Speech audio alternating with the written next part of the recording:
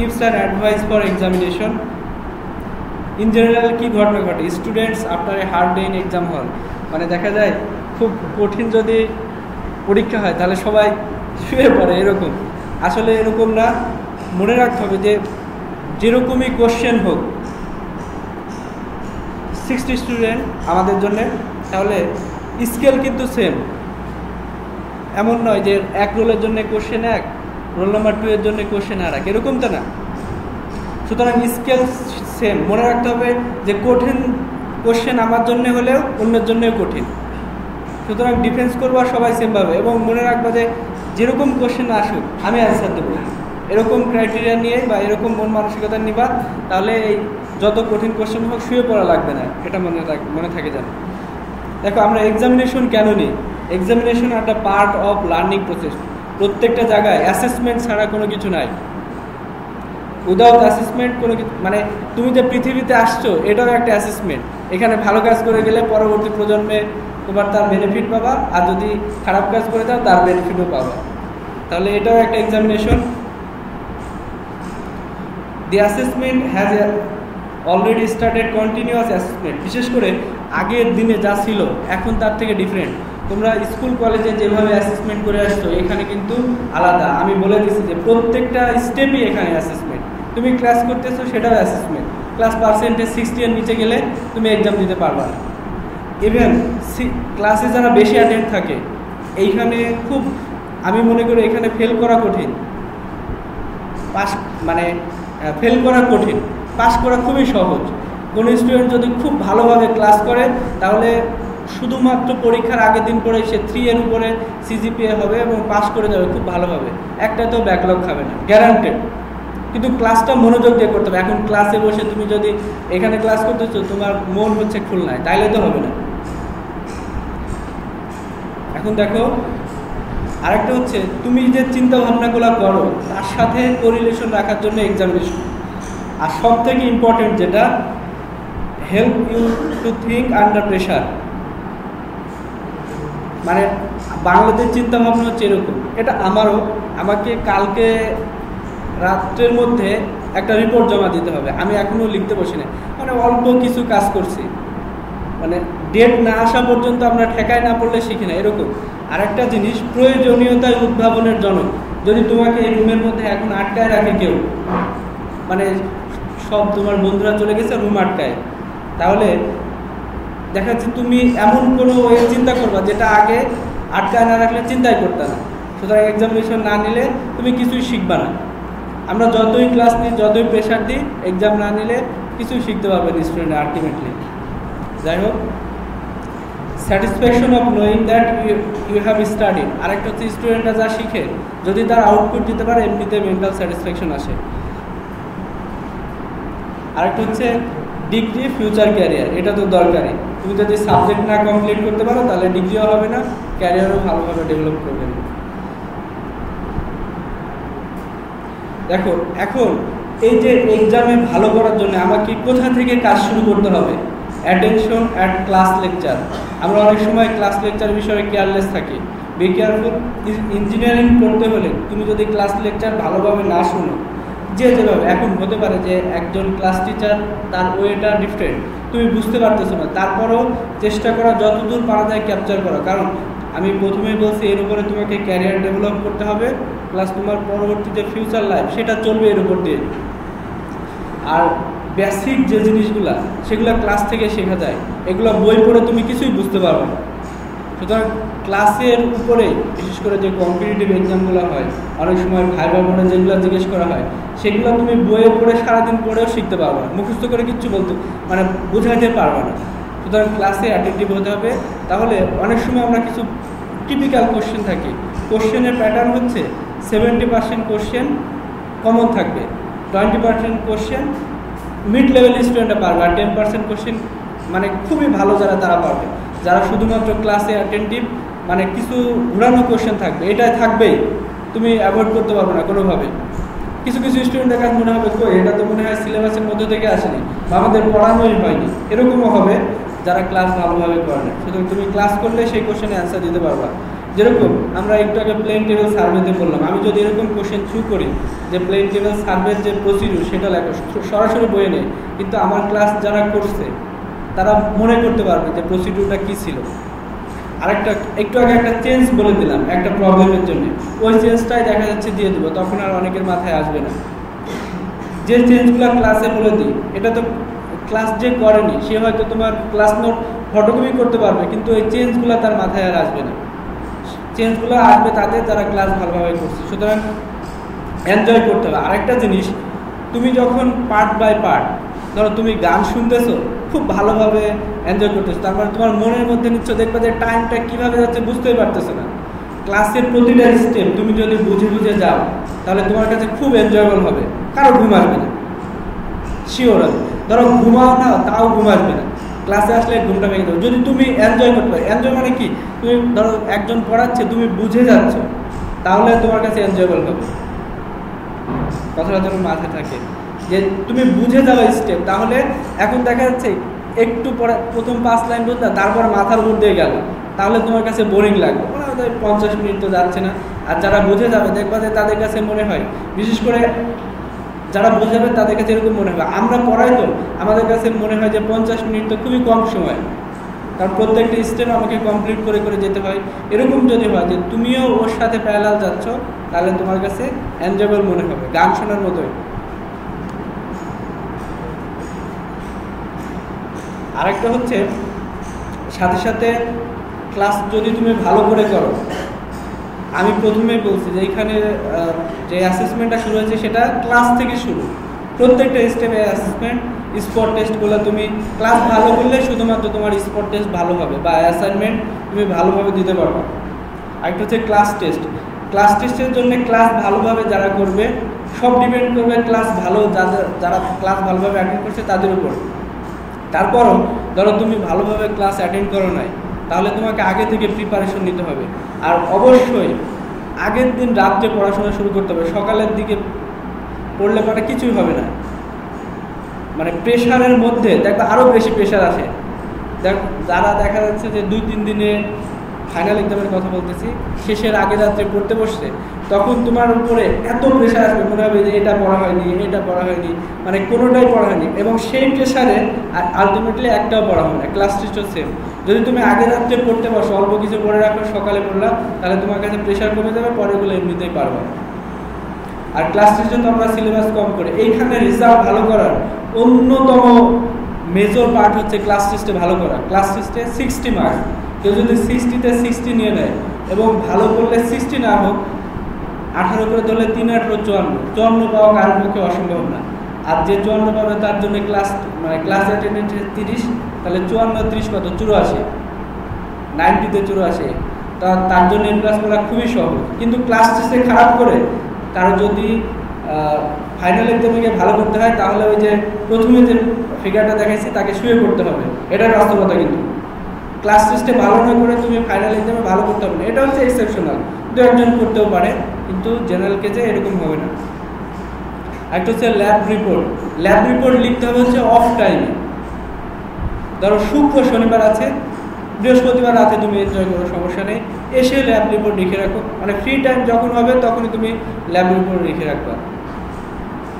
এমন মনে করো না যে আগামীকাল দিতে হবে, আজকে রাতে লিখতে হবে, তাহলে ল্যাবের কোয়ালিটিও ভালো হবে না, তুমিও কিছু বুঝতে পারবে না, শিখতেও পারবে না। সিমিলারলি ল্যাব ক্লাস টেস্টের কোশ্চেন যেরকম হয়, কুইজের কোশ্চেনগুলো ওইভাবে। আর কুইজ ক্লাস টেস্টে এমনি পড়ে দেওয়া যায়, কুইজ ভালো হয় তাদের যারা ল্যাবের ক্লাসগুলো খুব ভালোভাবে করে। আমরাও তো স্টুডেন্ট ছিলাম, আমরা তো মেন্টালিটি বুঝি, তাই না? যে কোশ্চেনগুলো শুধুমাত্র মুখে বলা হয় সেইগুলোই আসে দেখবা। এরপরে আসে এইগুলো হয়ে গেলে তোমরা এটা কোনো ফেস করো না। ভাইভাতে কীভাবে অ্যাটেন্ড করতে হয় আমাদের এখানে, এটা খুবই ভালো একটা সিস্টেম। 8 সেমিস্টারে 8 বার ভাইভা নেওয়া হয় প্রত্যেক সেমিস্টার শেষে। তাহলে একজনকে প্রফেশনাল ফিল্ডে প্রিপেয়ার করার জন্য 8 বার প্র্যাকটিস করা হবে, এবং প্রফেশনাল ফিল্ডে যেরকম ভাইভা হয় তার থেকে অনেক কঠিন।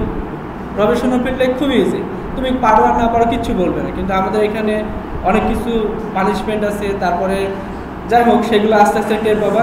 যাই হোক, এখন ভাইবা বোর্ডে কিভাবে প্রিপারেশন নিয়ে যাবো দেখো, বেসিক প্রিপারেশন, ক্লাস অ্যাটেনশন দিলে বেসিক প্রিপারেশন হবে। তারপরে যদি কেউ এক্সট্রা প্রিপারেশন নিতে চাও, নো ডেসক্রিপশন, দেখা যাচ্ছে কোনো থিওরিটিক্যাল ব্যাকগ্রাউন্ড পড়া লাগবে না, ডেফিনেশন কি, এর পিছনে কারণ কি, এই জাতীয় বেসিক কোশ্চেনগুলো প্রিপারেশন তুমি নিতে পারো। আর ভাইবা বোর্ডের সিস্টেম হচ্ছে আমাদের থিওরিটিক্যাল স্টাডির জন্য আমাদের কুয়েটে, সেটা যে যে রেসপেক্টিভ প্র্যাকটিক্যালগুলো আছে তার উপরে ভাইবা হয়।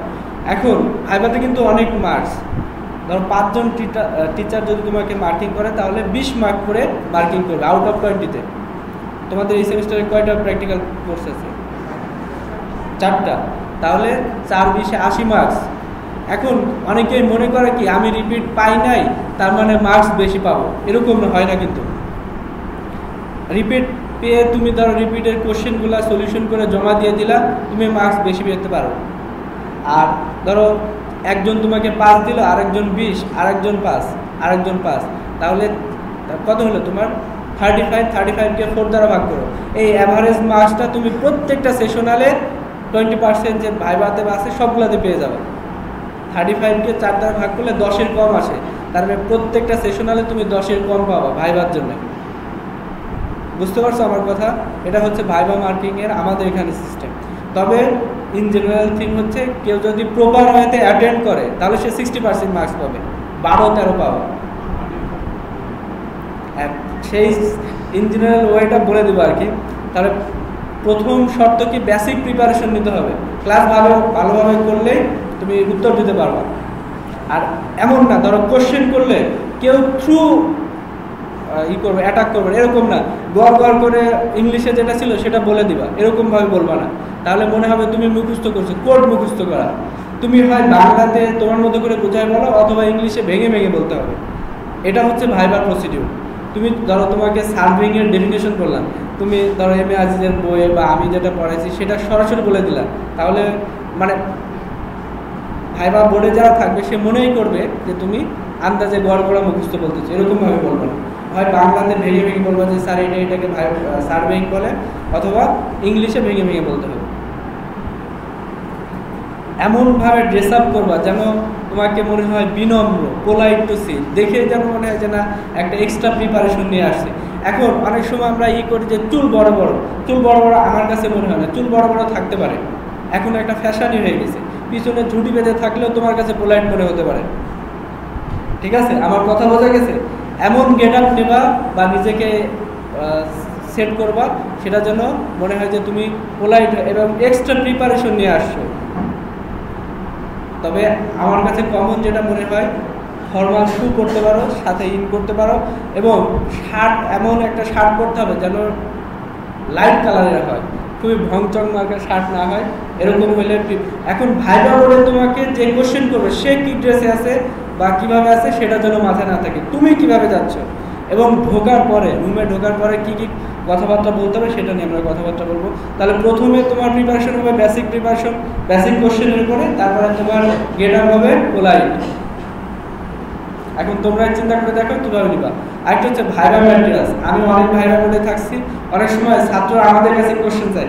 আমি বললাম যে তুমি একটা প্ল্যান আঁকো তো, বা এর একটা এলিভেশন আঁকো তো, স্যার কোশ্চেন কলমটা দেন। এরকম যেন না হয়। তোমার কাছে মানে বিশেষ করে পেন যেন থাকে, শুধুমাত্র আমাদের ভাইবা বোর্ডে না, প্রফেশনাল যে কোনো ভাইবা বোর্ডে গিয়ে তুমি যত বড় ট্যালেন্টেড স্টুডেন্ট হও, যদি কখনো এরকম হয় কোনো ভাই বোর্ডে তুমি ভাই বোর্ডের 0 পাবা, কখনোই সে এক্সামে টিকতে পারো না। সুতরাং ভাইবা ম্যাটেরিয়ালস যেন তোমার কাছে থাকে। তুমি যেন কলম বা কিছু, অনেক সময় বলে যায় যে ক্যালকুলেটারও বেয়ার করতে, আমাদের এখানে ক্যালকুলেটার বেয়ার করার দরকার নেই। এরকম যদি বলে দেওয়া কথা, তাহলে তুমি অবশ্যই ম্যাটেরিয়ালস বলতে যা যা বোঝায় সবগুলো নিয়ে যাবে। আবার আমাদের এখানে প্র্যাকটিক্যাল রিপোর্টগুলো আমরা হাতে রাখতে বলি, রিপোর্ট যেন নেওয়া হয়। অনেক সময় ছাত্ররা ঢুকে পড়ছে, দেখা যাচ্ছে যে ভাই তোমার রিপোর্ট কই, স্যার আমি তো রিপোর্ট নিয়ে আসিনি, আমি নিয়ে আসি। তাহলে তার উপরে যে মার্কিং করবেন 5 জনের মনটা অটোমেটিক্যালি কমে গেল, তাহলে সে 60%-এর বেশি তো দেওয়ার কথাই না, যদিও তুমি সবগুলো কোশ্চেনের অ্যান্সার দিতে পারো। ল্যাবের উপর না থাকলে নাই। আরেকটা হচ্ছে স্টেট অ্যান্সার উইথ কনফিডেন্ট। যদি না পারো তাহলে বলবো স্যার আমি জানি না, পেঁচায় পুচায় ঘুরায় ডানে বামে গিয়ে তারপরে থেমে গেলাম, তখন মানে মনে হবে তুমি কিছু তো জানোই না, আরও ভুলভাল উত্তর দেওয়ার চেষ্টা করতেছো। এরকম না, জানলে হ্যাঁ বলে উত্তর দেওয়া শুরু করবা, আর না জানলে বলবা স্যার জানি না। এখন জানি না যখনই বলবা, যে বোর্ডে থাকবে সে তোমার উপর অ্যাটাকিং বিহেভ শো করবে। তোমার কাজ হবে তোমার ফেসে যেন পোলাইট ফেস থাকে, তুমি সে অ্যাটাক করলো আর তুমি রিপ্লাই দেবা, এরকম যেন না হয় ফেসে যে দু কি বলতেছে। তাহলে কিন্তু না, শুধুমাত্র যে আমাদের ভাইবার জন্য এরকম তৈরি করতে হবে, আমি কিন্তু ইন জেনারেল কথাবার্তা বলতেছি, সবাই বোর্ডের জন্য এরকম। আর এখন আমরা বলে দিই কীভাবে ঢুকবা। ধরো তুমি সব কিছু প্রিপারেশন নিয়ে ভাইবা বোর্ডে ঢুকতেছো, সব সময় ভাইবা বোর্ডে ঢোকার আগে পারমিশন নিবা, সে পারমিশন গ্রান্ট করুক আর না করুক, মে আই কামিং স্যার, অথবা আমি আসতে পারি স্যার, এরকম অবশ্যই এই কথার জন্য বাদ না যায়। আচ্ছা ঢুকলাম, ঢোকার পরে ধরো কোনো জায়গা নেই, এটা প্রফেশনালও হতে পারে, আমাদের এখানে হতে পারে। ধরো অলরেডি 3 জনের ভাইবা চলতেছে, তুমি দাঁড়ায় আছো, তাহলে তুমি দাঁড়াই থাকবা, তোমাকে যতক্ষণ না বসতে বলা হবে তুমি দাঁড়াই থাকবা। এইগুলো হচ্ছে প্রসিডিউর, কোশ্চেনের অ্যান্সার পরে যদি জেনারেল এই প্রসিডিউরগুলো ফলো করে অবশ্যই সেই ছেলে ভালো মার্কিং হবে। কারণ এটা দেখো যে আমরা যখন ফাইনাল এক্সাম নিই তখন কিছু জেনারেল ক্রাইটেরিয়া থাকে, কিছু স্পেসিফিক কোশ্চেন থাকে, ভাইবার জন্য কিন্তু আউট অফ সিলেবাস, শুধুমাত্র তোমার নাম, বাড়ি কোথায়, তুমি কি করো, তুমি কি গান বাজনা ভালো করো, এইগুলো বলে প্রফেশনাল যে কোনো ভাইবাতে তোমাকে ছেড়ে দিতে পারে। বুঝতে পারছো আমার কথা? সুতরাং এই যে এই প্যাটার্নগুলো ফলো করাই হচ্ছে তোমার ভাইবার প্রসিডিউর। তুমি ধরো বসতে বললো, তুমি বসলা, বসার পরে অবশ্যই থ্যাংক ইউ শব্দটা উচ্চারণ করবে, যে ধন্যবাদ স্যার, মানে আমাকে যে বসতে দিলেন এই জন্য ধন্যবাদ। বুঝতে পারছো? এবার ধরো কোশ্চেন করলো, কোশ্চেনের অ্যান্সার হচ্ছে স্ট্রেট কনফিডেন্টের সাথে স্ট্রেট অ্যান্সার দিবা, যে পারলে পারলাম, না পারলে নাই, আর বোঝাই বলবা। তবে কোশ্চেন কেউ যদি ইংলিশে থ্রু করে চেষ্টা করবা ইংলিশে অ্যান্সার দেওয়ার জন্য, কেউ যদি বাংলাতে থ্রু করে তাহলে বাংলাতে অ্যান্সার দেবে, বুঝাই বলবে, ঠিক আছে? এগুলাই। এরপরে যখন কোশ্চেন টোশ্চেন সব কিছু করা শেষ, আবার ধন্যবাদ দিয়ে উঠে চলে আসবে। এরপরে দেখো ফাইনাল এক্সামিনেশন, ভাইবা শেষ, আমাদের এখানে প্রিপারেটরি লিভ শুরু হয়, পরীক্ষা প্রস্তুতি। আমরা সাধারণত অনেক সময় প্রিপারেটরি লিভে এনজয় করি, গান বাজনা করে বেড়াই ম্যাক্সিমাম স্টুডেন্ট। তো এরকম যেন না হয়। প্রিপারেটরি লিভের অর্থ হচ্ছে, বা পিএল যেটাকে বলি, সেটা হচ্ছে এই কথাটা মনে রাখবে, এক্সাম সেশন ডোন্ট ডিস্টার্ব। এরকম মানে তুমি এতটাই পড়াশোনা নিয়ে ব্যস্ত থাকবা যে তুমি অন্যদেরকে বলবা যে আমি খুবই ব্যস্ত আছি, আমি পড়াশোনা করবো, আমাকে ডিস্টার্ব করবো, এরকম মাইন্ডেড হয়ে যাবে। সেটাই হবে এনজয় দ্য প্রিপারেটরি লিভ, পিএলটাকে তুমি এনজয় করতেছো উইথ প্রপার ওয়ে, এরকম যেন হয়, ঠিক আছে? আরেকটা হচ্ছে এইখানে আমরা সাধারণত ল্যাব, ক্লাস টেস্ট, কুইজ, ক্লাসের প্রেশারে সাধারণত ভিতরের বিষয়গুলো কিছুই পড়তে পারে না। এই প্রিপারেটরি লিভে তোমাকে টোটাল বিষয়গুলো কাভার করতে হবে, নো আদার ওয়ে, প্রত্যেকটা সেমিস্টারের জন্য। এখন প্রিপারেটরি লিভ শেষ, তারপরে আমরা সাধারণত সুপার পিএল বলি, বা পরীক্ষার আগে 3-4 দিন ছুটি থাকে, এটা এই হিসেবে কাউন্ট করে, অনেকে এসপিএল বলে। সেটাকে খুব ভালোভাবে তুমি কাজে লাগাবো। অনেকে দেখাচ্ছে প্রিপারেটরি লিভে একটা ফাঁকা মারছে, কিন্তু সুপার পিএলে গিয়ে ভালো প্রিপারেশন নিচ্ছে, সে ভালো এক্সাম দেয়। আরেকটা, এক্সামের রাত্রে কখনোই হতাশ হবে না, যে যা প্রিপারেশন আছে তাতেই খুশি। আর কখনোই বন্ধুর সাথে ডিসকাস করতে হবে, এই তুই কি তোমার কি প্রিপারেশন নেওয়া হয়েছে, তোমার কি প্রিপারেশন নেওয়া হয়েছে, এ বলবে যে আমি এই অঙ্কটা করছি, এ বলছে, তুমি তোমার মনে হবে যে আমি তো কিছুই করি নাই, আলটিমেটলি যতটুকু তুমি পারতা সেটাও ভুলাই যাবে। এরকম যেন না হয় কখনোই।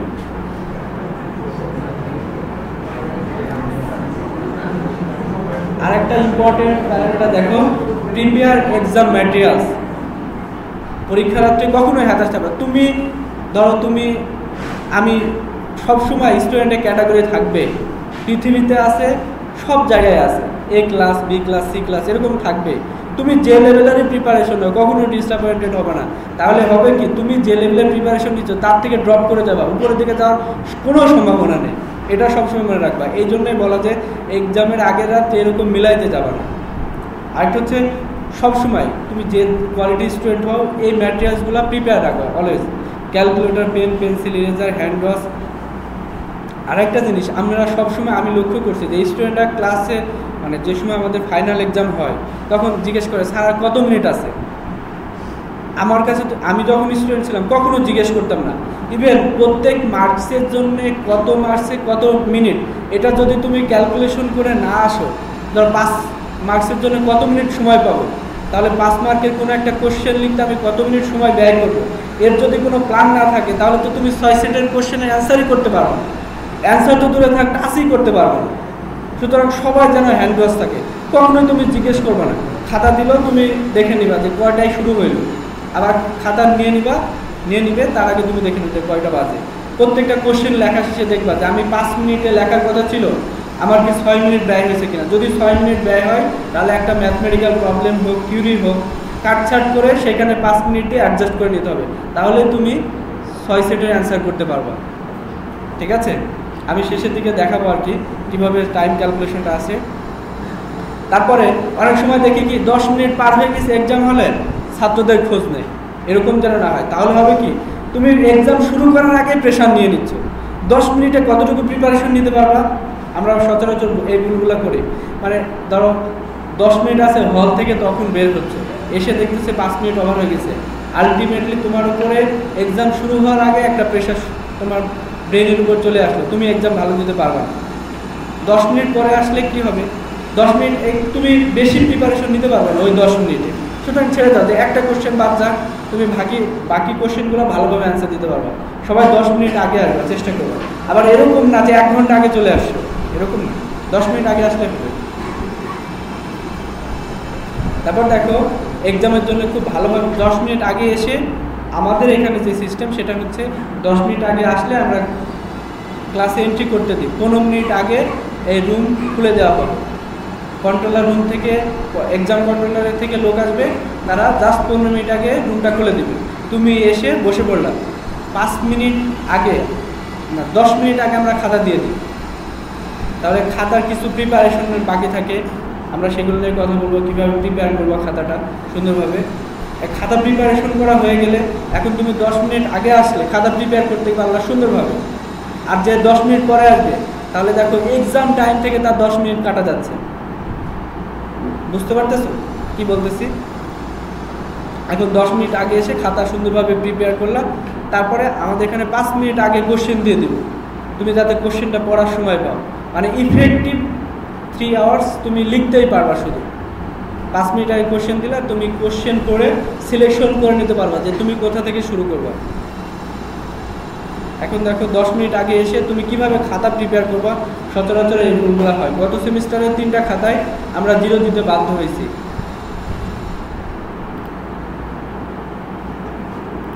দেখো আমাদের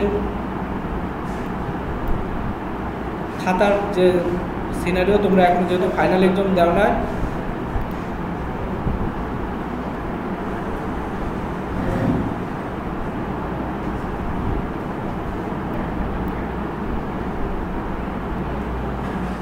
দেখো খাতা খুবই কনফিডেন্সিয়াল একটা ইস্যু। আমি খুব কষ্ট করে এটা কালেক্ট করছি, এটা একটা ব্যাকলগের খাতা। ঠিক আছে, এইখানে ব্যাকলগ না লেখা থাকবে যে BCM first year first term regular examination, এটা যা লেখা থাক তোমার ইস্যু না। তোমার জন্য কনসার্নিং যে ইস্যুগুলো সেটা আমি এখানে বলবো আর কি। একটা হচ্ছে ডিপার্টমেন্টের নেম, ঠিক আছে, বিল্ডিং ইঞ্জিনিয়ারিং কনস্ট্রাকশন ম্যানেজমেন্ট, এটা লিখে দিবা। BSCর উপরে টিক দেওয়া, ফার্স্ট ইয়ার ফার্স্ট টার্ম। আমরা অনেক সময় অনেক স্টুডেন্ট দেখছি যে এইগুলা কোশ্চেনের উপরে কিন্তু এই প্যাটার্নের ফুলফিল করা থাকবে, সেটা দেখে দেখে লেখে। তাহলে তোমার সেটা কখন দেখতে পাবে, যখন কোশ্চেন হাতে পাবে, তখন তো ইফেক্টিভ টাইম শুরু হয়ে গেছে, তোমার টাইম ওয়েস্ট হবে। এই জন্যে খাতা পড় করে তুমি যেন এগুলো লিখে ফেলতে পারো, এই জন্যে আমার এই কথাগুলো বলা। তারপরে রেগুলার এক্সামিনেশন তোমাদের হবে 2015, সেশন 14-15, রোল নাম্বারটা এখানে হাইড করে দেওয়া, রোল নাম্বারটা লিখে দেওয়া। তারপরে তুমি যে পরীক্ষা দিতে আসতেছো তার কোর্স নম্বর আর কোর্স টাইটেল, এটা তো তোমার জানা। অনেক স্টুডেন্টকে দেখছি আমরা যখন খাতা সিগনেচার করি কোর্স নম্বর এবং কোর্স টাইটেল থাকে না। আমি তোমাদেরকে ক্লাস টেস্টের জন্য পানিশমেন্ট দিয়েছি, কিন্তু ফাইনাল এক্সামে কোনো পানিশমেন্ট নাই, গোল্ডেন 0 পেয়ে যাবে।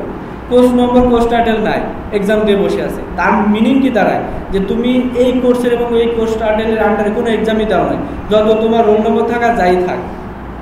বুঝতে পারছো? সুতরাং এই অংশটুকু এবং ডেট তারিখ এগুলো তো সবই আগে থেকে তোমার জানা। তুমি রুম থেকে দেখে আসবে একবার, ধরো সার্ভেইং পরীক্ষা, সার্ভেইংয়ের কোর্স নাম্বার হচ্ছে C1123, কোর্স টাইটেল হচ্ছে সার্ভেইং, এই কথা হলে মানে একবার দেখে আসলে তো হয়ে গেল। বা তোমাদের তো ওই যে অ্যাডমিট কার্ড যেটা দেওয়া হবে সেটাতেও লেখা থাকবে, এই জিনিসগুলো যেন ভুল না হয়। আচ্ছা, আরেকটা ডিফারেন্ট সেটা হচ্ছে এ সেট। আমাদের দুইটা খাতা দেওয়া হবে, এ সেট এবং বি সেট। এটা একটা দেখলাম, দেখো এ সেট এরকম, এরপর দেখো বি সেট। কোশ্চেনটা দেখলে বুঝতে পারবা কিভাবে কি অ্যান্সার করতে হবে।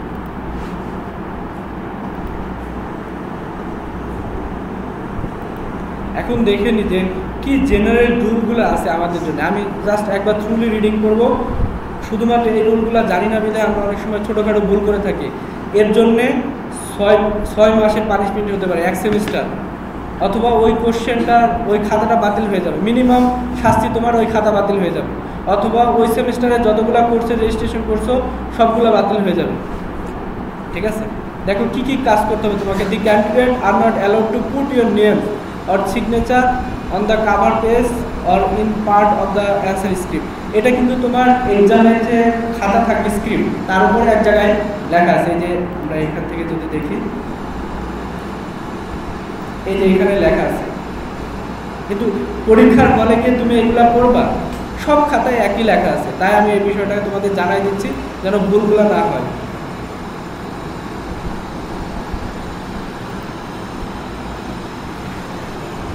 The candidate are not allowed to put your names or signature on the cover page or any part of the answer script. গত সেমিস্টারে তোমাদের এক বড় ভাই, রোল নম্বর আমি বলতেছি না, সে গান লিখে রাখছে, তার পুরো 2টা খাতায় বাতিল হয়ে গেছে। মানে ধরো সব লিখছে, কোনো এক সময় হয়তো কোশ্চেনের উপর রাগ হয়েছে বা কোশ্চেন একটু হার্ড ছিল, যার কারণে সে এক জায়গায় গান লিখে রাখছে। শুধুমাত্র এক্সাম নোটে তোমার রোল নম্বর থাকবে এবং রিলেভেন্ট যে অ্যান্সার থাকবে, আদার অন্য কোনো কিছু তুমি লিখতে পারো না। পরীক্ষার খাতার মধ্যে কোথাও সিগনেচার দিবা না, নামও লিখবা না, বা ইরিলেভেন্ট কোনো কিছু লিখবা না, তাহলে তোমার 2টা খাতায় বাতিল হয়ে যাবে। এবং যদি লেখার ক্যাটাগরি যদি খারাপ হয় তাহলে তোমার আদার পানিশমেন্টও হতে পারে। Every candidate should write down his or roll number legibly in the assigned place on the cover page, যেটা আমরা আগে বললাম যে আগে কভার পেজে লিখবো, অন্য কোথাও লিখবা না। Every candidate should also write his or her roll number in the proper place on the cover page of the additional sheet or answer script if any, and the same should be attached to the original answer script. প্রত্যেকটা answer script অনেক সময় আমরা additional page দিয়ে থাকি, প্রত্যেকটা additional পেজে minimum যেন role নাম্বারটা লেখা থাকে। অনেক অপশন আছে, roll number, course title, course number, এগুলো লেখার অপশন থাকে। তবে যদি সময় না পাও শুধুমাত্র রোল নম্বরটা যেন থাকে এবং শেষে অ্যাটাচ করে দিবা। No candidate will be allowed to enter the examination hall with paper accept admit card. Admit card ছাড়া অন্য কিছুই নিয়ে আসবে না, অ্যাডিশনাল পেজ। আর একটা বলি, একটা তো বললাম গান লেখার কথা, আর গত সেমিস্টারে একটা ছেলে অ্যাডমিট যেটা বললাম 2 ঘন্টা 58 মিনিট হয়ে গেছে, সেই সময় সে জানে না। আমরা অনেক সময় করে কি একটা খাতা সাথে রেখে দিই, ধরো নিচে তুমি বই টেবিল লেখা যায়, তার খাতা লেখা শেষ, সাবমিট করতেছে, এই সময় সে ওই যে আমাদের ওই রুমে ড্রয়িং ল্যাবে পরীক্ষাটা হচ্ছিল, ওই ড্রয়িং টেবিলের নিচে আছে, ইনভিজিলেটর খেয়ালও করে না যে ওইটা আছে। তারপরে সে কোনো সময় দেখে না যে, এখন দেখো ড্রয়িং টেবিলের নিচ থেকে খাতা বের করে লেখা কিন্তু সম্ভব না, আর অলরেডি 2 জন করে ইনভিজিলেটর আছে, তাহলে সেও সার্টিফাই করতেছে যে ওই খাতা দেখে নাই, কিন্তু শুধুমাত্র রাখার কারণে তার 2টা অ্যান্সার স্ক্রিপ্ট বাতিল হয়ে গেছে। বুঝো নাই?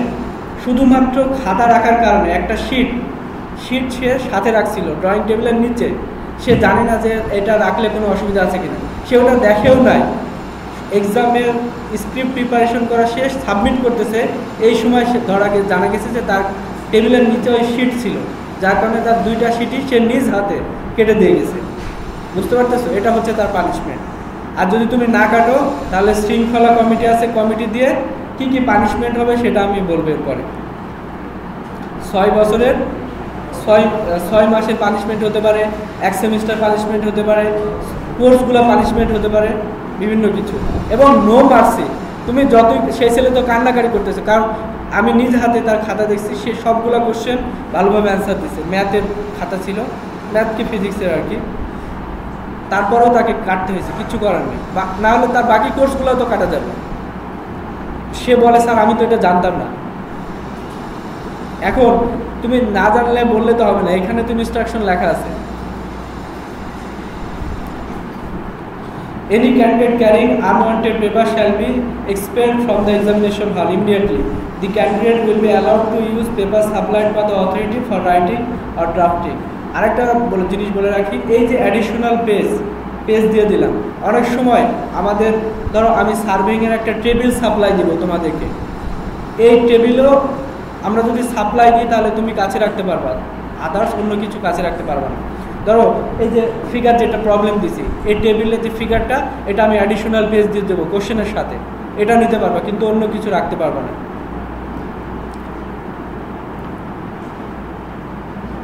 The answer script including the additional page should not be changed with another or should not any of the its page be torn.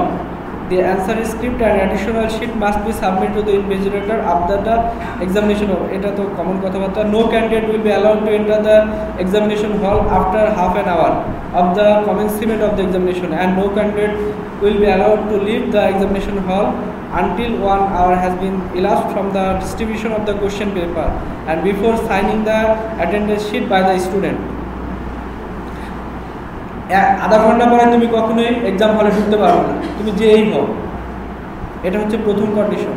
আর আমরা অ্যাটেন্ডেন্স নিয়ে থাকি, ছাত্রদের সিগনেচার সহ একটা শিট আছে, ওই শিটের সিগনেচার করার আগ পর্যন্ত তুমি ওয়াশরুমে বলো এই জাতীয় কোনো কিছুতে এন্ট্রি করতে পারবে না, ঠিক আছে?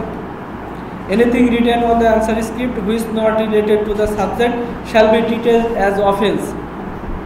বুঝতে পারছো? অপরাধ হিসেবে ধরা হবে। এখন এই জাতীয় অপরাধ করলে তোমার শাস্তি কি হবে দেখো।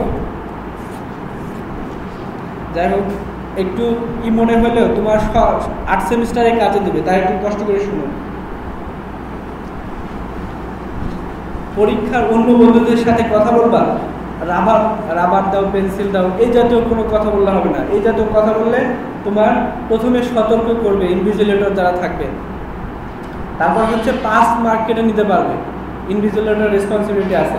আরেকটা হচ্ছে প্রধান পক্ষকের অনুমোদন ক্রমে ওই হল থেকে তোমাকে বহিষ্কার করা হবে। তুমি বন্ধুর কাছে কোনো ম্যাটেরিয়াল চাইতে পারো না, তুমি তো এক্সামে আসছোই সবগুলো ম্যাটেরিয়ালসের প্রিপারেশন নিয়ে, সুতরাং কারোর কাছে কোনো এই জাতীয় কোনো কিছু না ওঠে। আরেকটা হচ্ছে ওই যে সংশ্লিষ্ট কাগজপত্র ছাড়া রাখলে 6 মাস হতে 2 বছরের জন্য বিশ্ববিদ্যালয় হতে বহিষ্কার হতে পারবে, অন্য কাগজপত্র রাখলে, যেটা গত সেমিস্টারে একটা পাওয়া গেছে এরকম।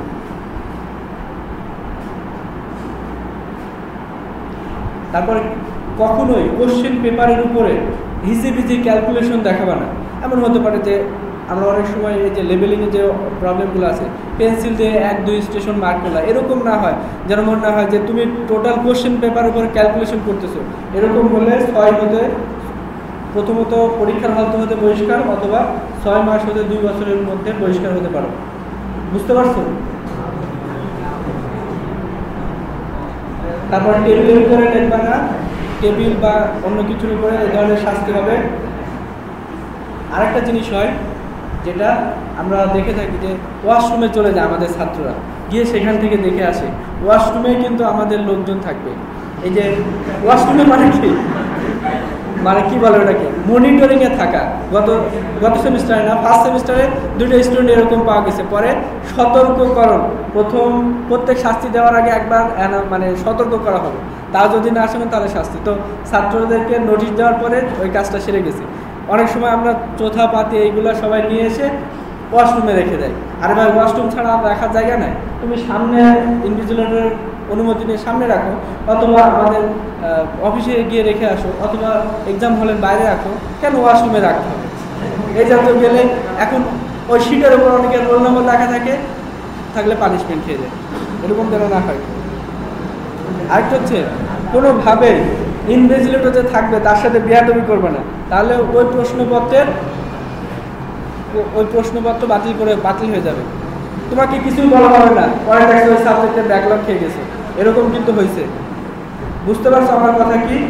যে স্যার রেসপন্সিবিলিটিটা থাকবে তার সাথে বেয়াদবি করবা, খাতা দিয়ে চলে যাবা, দেখবো ওই সাবজেক্টে ব্যাকলগ। খুব ভালো এক্সাম দিছো।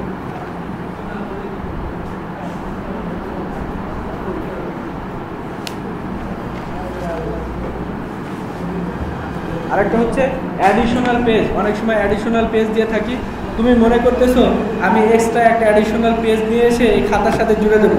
প্রত্যেকটা খাতায় একটা করে নম্বর আছে, আমরা খাতার উপরে একটা করে নম্বর আছে, ওই নম্বরের সাথে অ্যাডিশনাল পেজের নম্বর প্রত্যেকটাতে মিল থাকবে, তুমি এসে জুড়ে দেবা। এইগুলা বিভিন্ন লেভেলে ভেরিফাই হয়, একটা খাতা 4 বার ভেরিফাই হয়, তারপরে তোমার রেজাল্টের মার্ক এন্ট্রির জন্য প্রিপেয়ার করা হয়। আমি একবার মানে বিভিন্ন রেসপন্সিবল পার্সন থাকে আমাদের অফিস থেকে একবার ভেরিফাই করবে, টেবিল লেটার 1, টেবিল লেটার 2, তারপরে কন্ট্রোলার এক্সাম থেকে একবার ভেরিফাই করা হবে, তারপরে সেটা মার্ক এন্ট্রি করার জন্য প্রিপেয়ার হবে। সুতরাং বুঝতে পারতেছো, তুমি যতই করো কোনো না কোনো লেভেলে গিয়ে ধরা পড়বে, আর ধরা পড়লে পানিশমেন্ট খেয়ে দেবে, এরকম যেন না হয়। তুমি নিজেকে যতই চালাক ভাবো, প্রত্যেকটা লেভেলে ধরার উপায় আছে।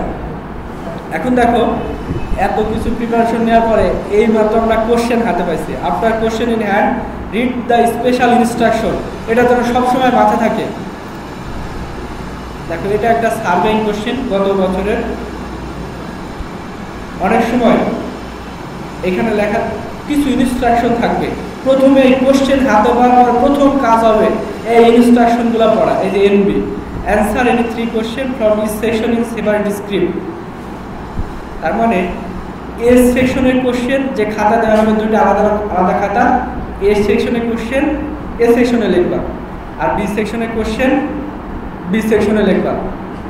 এখন দেখা যাচ্ছে অনেক সময় যে কোনো কারণে হোক তোমার এ সেকশনের কোশ্চেন বি সেকশনে হয়ে গেছে, তাহলে কেটে দিবা না, তুমি ইনভিজিলেটর ইনফর্ম করবা যে স্যার আমার এই অবস্থা হয়ে গেছে, এখন যদি ওই কোশ্চেনটা আমি কেটে দিয়ে রিপিট করতে যাই তাহলে তো আমার অন্য আরেকটা কোশ্চেন মিস করবো। সে হয়তো কোনো একটা ওয়ে তোমাকে বলে দেবে, হয় সে তার ইনিশিয়াল দিয়ে দিবে, মানে সিগনেচার দিয়ে দিবে, দিয়ে বলে দেবে যে এই কোশ্চেনটা এ পার্টে যাবে, মানে সে যে সলিউশন দেবে সেটা তুমি মেনে নিবা এবং ইনফর্ম করবা, তাহলে তোমার কোশ্চেনটা মার্কস আর কাটা যাবে না, যে কোনোভাবে তুমি মার্কস পেয়ে যাবা। কিন্তু ইনফর্ম না করলে এ সেটের কোশ্চেন বি সেটে লিখলে ওটা রিভ্যালুয়েট করা হবে না। আমার কথা বুঝতে পারছো? তুমি যদি ইনভিজিলেটরকে ইনফর্ম করো, মানে ভুল বশত হয়ে গেছে, সে যদি একটা ইনিশিয়াল দিয়ে দেয় তাহলে ওটা ইভ্যালুয়েট হবে, আর যদি না হয় তাহলে ইভ্যালুয়েট হবে না। তাহলে আলাদা আলাদা স্ক্রিপ্টে অ্যান্সার করলাম। Figure in the right margin indicate full mark, এটা তো বলা আছে। অনেক সময় অ্যাডিশনাল আরেকটি ইনস্ট্রাকশন থাকে 3-4 দিয়ে, যেরকম একটা ইনস্ট্রাকশন সচরাচর থাকে বিশেষ করে সার্ভে বা যে সাবজেক্টগুলোতে ম্যাথমেটিক্যাল প্রবলেম থাকে সেগুলোতে, যে assume reasonable value for any missing data. মানে অনেক সময় দেখা যাচ্ছে ছাত্র জিজ্ঞেস করে, স্যার এইখানে তো একটা ডেটা নাই, এটার মানে হচ্ছে এখানে ইনস্ট্রাকশন দেওয়া আছে, তুমি একটা রিজনেবল ভ্যালু দিয়ে নেবা। ধরো একটা আরএল মিসিং মনে হচ্ছে তোমার কাছে, মানে প্র্যাকটিক্যালি মিসিং, সে মিসিং দেওয়া বা কোনো একটা বেঞ্চমার্ক তোমার কাছে মিসিং মনে হচ্ছে, কোনো একটা ডেটা, তাহলে তুমি রিজনেবল ভ্যালু ধরে নিবা। রিজনেবল মানে কি? যুক্তিসঙ্গত ভ্যালু, এটাও একটা জাজমেন্ট। বুঝতে পারতো আমার কথা? সুতরাং ইনস্ট্রাকশন না পড়ে এখন দেখা যাচ্ছে যে ওই কোশ্চেন তুমি ইনভিজিলেটর বললা স্যার এটা তো মিসিং আছে, সে আবার টিচার ইন চার্জ থাকে, দুটা হলের রেসপন্সিবিলিটি একজন পার্সন থাকে, সে ইনফর্ম করবে, সে আবার কোর্স টিচারকে ইনফর্ম করবে, সে বলবে না ওইটাই হচ্ছে জাজমেন্ট, ততক্ষণে দেখা যাচ্ছে তোমার টাইম শেষ। সুতরাং ইনস্ট্রাকশনটা আগে পড়ে নিবা। আবার ফোর্থ আরেকটি ইনস্ট্রাকশন থাকে যে দেখা যাচ্ছে কোনো একটা প্রবলেমের জন্য তোমার ফিগার লাগবে বা ডেটা লাগবে, এক্সট্রা ডেটা, এখানে লেখা থাকবে যে extra sheet will be supplied বা extra data sheet will be supplied with question paper. তুমি তখন ইনভিজিলেটরকে বলবা যে স্যার আমার এক্সট্রা শিট লাগবে বা ডাটা শিট, এখানে ইনস্ট্রাকশন লেখা আছে ওইটা আমাকে দেন, আমার ক্যালকুলেশনে লাগবে, সে তখন সাপ্লাই দেবে। কিন্তু ইনস্ট্রাকশন যদি না পড়ে তুমি ভুল ক্যালকুলেশন করে রেখে দেবা তাহলে হবে না। এই জন্য বলতেছি কোশ্চেন হাতে পাওয়ার পরে প্রথমে ইনস্ট্রাকশনটা পড়ে নেবে, মনে থাকবে। আরেকটা অ্যাডিশনাল পেজ, যেটা ধরো এ সেটের জন্য যে অ্যাডিশনাল পেজ সেটা এ সেটের সাথে স্ট্যাপল করবা, বি সেটের জন্য যে অ্যাডিশনাল পেজ সেটা বি সেটের সাথে স্ট্যাপল করবা। বুঝতে পারছো আমার কথা? এরপরে আস্তে ধীরে লিখতে শুরু করবা। এখন লেখাটা কি হবে start answering with easy one, এটা আমরা সবাই জানি, সব সময় এই কথাটা বলে যে সহজ কোশ্চেন দিয়ে শুরু করবা, এমন কোনো প্রবলেম বা এমন কোনো কোশ্চেন দিয়ে শুরু করবা না। আরেকটা হচ্ছে আমরা যখন ইভালুয়েট করি খাতা, তখন ধরো প্রথমে যদি একটা খারাপ কোশ্চেন বা কোশ্চেনের অ্যান্সার যদি ভালো না হয়, তাহলে ওই যে ইভালুয়েটর থাকবে, এক্সামিনার থাকবে, তার মাইন্ডটা ড্রপ করে যায়, সে মনে করে এটা তো ভালো না। প্রথমে এরকম একটা সেন্স নিয়ে সে মার্কিং করা শুরু করবে। এই জন্য প্রথম কোশ্চেনটা তুমি ভালোভাবে লিখবা এবং ইজি কোশ্চেন যেটা ফ্রেশ ওয়েতে অ্যান্সার দিতে পারবা সেটা দিয়ে লেখা শুরু করবা প্রথম কোশ্চেনটা। তারপরে আরেকটা হচ্ছে আমরা এটা কনসিডারেশন নিই, শেষে দেখা যাচ্ছে একটা কোশ্চেন 2 পেজ হওয়ার কথা, তুমি 1 পেজ লিখতে পারছো একেবারে শেষে, এবং হাতের লেখা খুবই খারাপ, ফুল মার্কস পাবা তুমি। কিন্তু প্রথমে যদি ওই কোশ্চেন দিয়ে শুরু করো, তাহলে সবগুলা কোশ্চেনের মার্কিংয়ের উপর ইফেক্ট করবে। বুঝতে পারছো আমার কথা? ধরো শেষে একটা কোশ্চেন 5 মিনিটে লেখার কথা, তুমি 2 মিনিটে লিখছো, জাস্ট ফাইনাল পয়েন্টগুলো পয়েন্ট আউট করছো, তাহলে তুমি ফুল মার্কস পাবা। কারণ আমরা ধরে নিই যে কোনোখানে কোশ্চেন সেটিং হোক বা তোমার টাইম অ্যাডজাস্টমেন্টে হোক, তুমি ওইটা ভালোভাবে লিখতে পারো না, সময় পাও না, কিন্তু তুমি ওই কোশ্চেনটা বুঝো, এই জন্য তোমাকে ফুল মার্কস দিলাম। আমার কথা বোঝা গেছে? এই জন্য তুমি সহজ কোশ্চেন দিয়ে শুরু করবা, এরপরে আস্তে আস্তে কঠিনে যাবা। আর সহজ প্রথমে যদি মাথা ভেঙে যায়, তাহলে কিন্তু এক্সাম খারাপ হয়। আরেকটা জিনিস, কোশ্চেন সেট করার সময় আমরা খেয়াল রাখি যে এটা শুধু কোশ্চেনের পরীক্ষা হচ্ছে না, এটা হচ্ছে টাইমেরও পরীক্ষা। দেখা যাচ্ছে একই কোশ্চেন একই স্টুডেন্টকে 4 ঘন্টা দিলে সে সবগুলো কোশ্চেনের অ্যান্সার দিতে পারতো, কিন্তু সময় তো 3 ঘন্টা। এই জন্য বলে দিচ্ছি, প্রত্যেকে হ্যান্ড ওয়াশ নিয়ে আসবা এবং ক্যালকুলেশন করে আসবা। যে ক্যালকুলেশনটা আমি দেখাচ্ছি, আমি স্টুডেন্ট লাইফে এরকম ক্যালকুলেশন করে এক্সাম হলে চাইতাম, তোমরা আগে থেকে সেটা দেখা দিচ্ছি। দেখো এক্সাম কীরকম, টোটাল এই লেফট সাইডের এই কলামটাকে দেখো, টোটাল টাইম হচ্ছে 3 ঘন্টা, সেটাকে যদি মিনিটে কনভার্ট করি তাহলে 3 × 60 মিনিট, সেকেন্ডে করলে 10,800 সেকেন্ডের পরীক্ষা হবে তোমার, ঠিক আছে? এখন দেখো টোটাল মার্কস হচ্ছে 210, 210 মার্কের পরীক্ষা। 1 মার্কের জন্য তুমি সময় পাবা 51 মিনিট 51.43 সেকেন্ড। ধরো আমরা ধরে নিলাম যে 1 মার্কের জন্য তুমি সময় পাবা 50 সেকেন্ড, 1.43 সেকেন্ড, এটা তুমি সেভ করবা, এটা ধরে নিতেই হবে, তাহলেই তুমি ভালো অ্যান্সার দিতে পারবা। তাহলে 50 সেকেন্ড, তাহলে দেখো 5 মার্কের কোশ্চেনের জন্য তুমি 250 সেকেন্ডে অ্যান্সার করতে হবে। এখন কেউ যদি 250 সেকেন্ডের বেশি ব্যয় করে ফেলে, এবং এটা তুমি কন্ট্রোল করবা কিভাবে? আমাদের এখানে 10 মিনিট আগে খাতা দিলাম, খাতা প্রিপেয়ার করলাম 5 মিনিটে, 5 মিনিট আগে কোশ্চেন দিলাম, তুমি কোশ্চেন পড়ে স্টার্ট রাইটিং বলার আগে তোমার সিলেকশন হয়ে থাকবে যে আমি এ সেট দিয়ে শুরু করব বা বি সেট দিয়ে শুরু করব, এবং বি সেটের 1 নম্বর বা 2 নম্বর দিয়ে শুরু করব, এরকম একটা ব্যাপার থাকে, ঠিক আছে?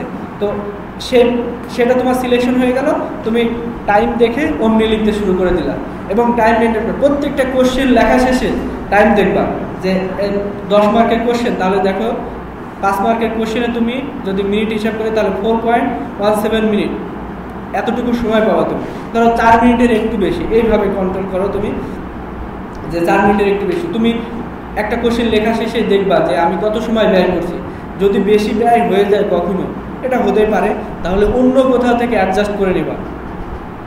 আর অনেক সময় আমরা দেখি যে কোশ্চেনে মার্কস দিয়েছে 2, যেরকম আজকের কোশ্চেনে ইউজ ছিল যে লেবেলিংয়ের ইউজ কিন্তু অনেক আছে, তোমার মার্কস হবে 1 বা 2, তুমি 2টা লিখলেই ফুল মার্কস পাবা, 5টা লিখলেও 2 পাবা, 2টা লিখলেও 2 পাবা। 5টা লেখা মানে তুমি টাইম ওয়েস্ট করছো, অন্য কোশ্চেনের উপর গিয়ে ইফেক্ট করবে, এটা মনে থাকে। কোশ্চেন যেভাবে মার্কিং করা সেইভাবে তুমি অ্যান্সার দেবা। তাহলে দেখো 5 মার্কের জন্য তুমি পাবা 4.17 সেকেন্ড। এইভাবে কিছু রেগুলার টাইম তুমি ক্যালকুলেশন করে রাখবা, 5 মার্কের জন্য কত সময়, 10 মার্কের জন্য কত সময়, 15 মার্কের জন্য কত, 12 মার্কের জন্য কত, এরকম ক্যালকুলেশন করে রাখলে তোমার জন্য সুবিধা হবে যে আমি কত সময় লিখতে চাচ্ছি। এরপর দেখো যদি এইটা করো, তাহলে তোমার যেহেতু আমরা প্রতি মার্কের জন্য 1.43 সেকেন্ড করে সেভ করতেছি, তোমার টোটাল সেভ হবে 240 মার্কে 343.2 সেকেন্ড, তার মানে 5.72 মিনিট তোমার সেভ হবে। আলটিমেটলি এই টাইমটা তোমার জন্য সেভ হবে না, কোনো না কোথাও গিয়ে এটা অ্যাডজাস্টমেন্টে কাজে লাগবে। কিন্তু কেউ যদি একেবারে টাইম টু টাইম কাজ করতে চেষ্টা করে, তাহলে দেখা যাবে 2-3 মিনিট আগে তার লেখা শেষ হয়ে যাবে, সেই অ্যান্সার স্ক্রিপ্টটা আগে মার্কিং করা হয়েছে কিনা। অনেক সময় কোশ্চেন লেখা শেষ, খুবই ভালো লিখছে, কিন্তু কোশ্চেনের উপরে কোনো মার্কিং নাই, এই জিনিসটা হয়। তুমি এটা আরেকবার রিচেক করতে পারবে এই সেম টাইমে। আর কোশ্চেন মার্কিং করার সিস্টেম আমি বলে দিচ্ছি। কোশ্চেন মার্কিং করবে এইভাবে, answer to the question number 5A। আমরা কোশ্চেনে যাই, দেখো এই যে ধরো 1-এর A অ্যান্সার করতেছো, লিখবা answer to the question number 1A, ওটা লেখা শেষ, একটু স্পেস দিয়ে ফাঁকা জায়গা রাখবে। তারপরে ধরো B নাম্বার লিখতে চাও, তাহলে answer to the question number 1B, এইভাবে লিখবা। ঠিক আছে? আবার কথা বুঝতে পারছো কিভাবে লিখবা? তাহলে তোমার মিসিং যাওয়ার প্রবাবিলিটি কম থাকবে।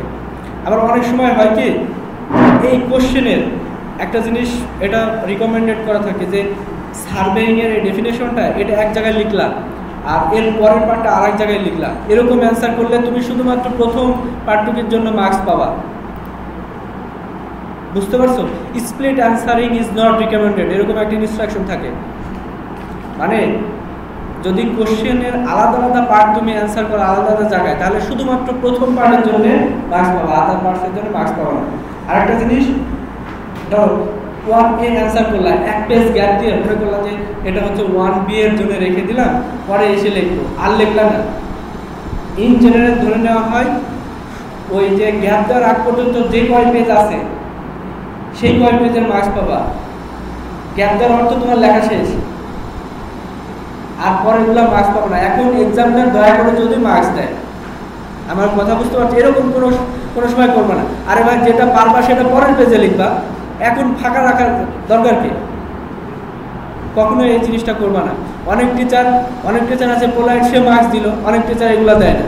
এখন এক্সামিনার যদি না দেয় আর কারো দেওয়ার ক্ষমতা নেই, এই যে বিভিন্ন লেভেলে চেকগুলো হবে, সে ধরা পড়লেও আপনি সে মার্কস দিতে পারবে না। বুঝতে পারছো? যাই হোক, রিলেভেন্ট অনেক কথাবার্তা বললাম, আশা করি তোমাদের এগুলো কাজে দিতে এবং এগুলো প্রপার হইতে ডিস্ট্রিবিউট করার চেষ্টা করবো সবাই।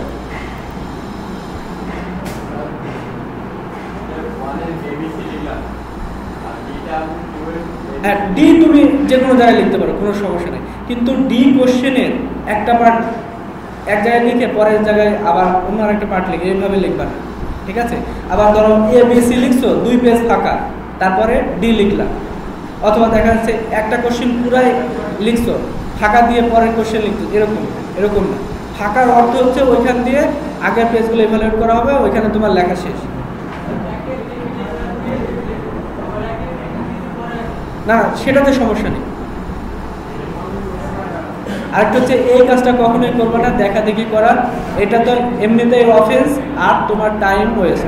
এইখানে তুমি যদি দুইজনকে খুব পাশাপাশি বসে দেওয়া যায়, দুইজন যদি দেখা দেখি করে লেখে কোনো কোশ্চেন, সর্বোচ্চ 2 সেটের অ্যান্সার করতে পারবা তুমি দেখা দেখি করে আমাদের এইখানকার এক্সামে। সুতরাং দেখা দেখি করে আলটিমেটলি কোনো লাভ হবে না, এই জাতীয় কোনো চেষ্টাও করবে না, তাহলে ইনভিজিলেটর খেপে যাবে, তোমার যে ধরনের পানিশমেন্ট খাইতে পারো। সব ম্যাটেরিয়ালস প্রিপেয়ার করে নিয়ে আসবা, যেন কারো দিকে তোমার তাকাতে না হয়। হ্যাঁ, অ্যান্সার শিট অনেক সময় আমরা মার্জিন দেই, আবার অনেক সময় হচ্ছে ভাঁজ করে দেয়, যে দুইটাই গ্রান্টেড।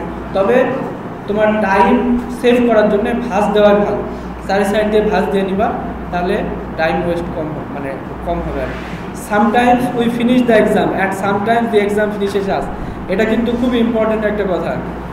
তুমি যদি খুব ডিসঅ্যাপয়েন্টেড থাকো, তোমার যদি এই যে এই প্রিপারেশনগুলো প্ল্যান না থাকে, তাহলে তুমি এক্সাম শেষ করবে না, এক্সাম তোমাকে শেষ করে দেবে, এবং শুধু তোমাকে শেষ করবে না, তোমার লাইফটাও শেষ করে দেবে। Be careful about that.